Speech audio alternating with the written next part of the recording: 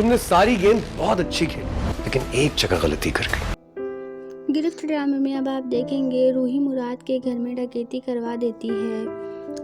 साद रूही को बाहर घुमाने लेके जाता है और रूही साद के साथ चली जाती है बिना किसी को घर में बताए। वहां जाके साद रूही को अपनी प्यार की इंतहा बताता है। उधर जब मुराद पुलिस को बुला लेता है तो पुलिस रूही से अपनी तफ्तीश करती है, पर रूही बेचारी बनने का नाटक करती है कि उसको कुछ नहीं पता। वहीं साथ ज्यादा सवाल करने पे पुलिस वालों से तख्त लहजे में बात करता है। उधर मुराद को रूही पे शक हो जाता है। मुराद रूही से पूछता है और रूही उसको कहती है मुझे तुम्हें गुनहगार साबित करने में जरा भी देर नहीं लगेगी, क्योंकि मेरे पास जितना जागता सबूत है। तो दोस्तों, आप सबको क्या लगता है, क्या साथ के चक्कर में आके रूही मुराद को छोड़ देगी या फिर मुराद से ही निकाह करेगी? कमेंट्स करके हमें बताएं। अगर वीडियो अच्छी लगे तो वीडियो को लाइक करें। अगर चैनल पे नए हैं तो चैनल को सब्सक्राइब करना मत भूलिएगा। साथ ही बेल आइकन को भी प्रेस कर दीजिएगा ताकि हमारी हर नई आने वाली वीडियो का नोटिफिकेशन आप तक पहुंच सके। शुक्रिया।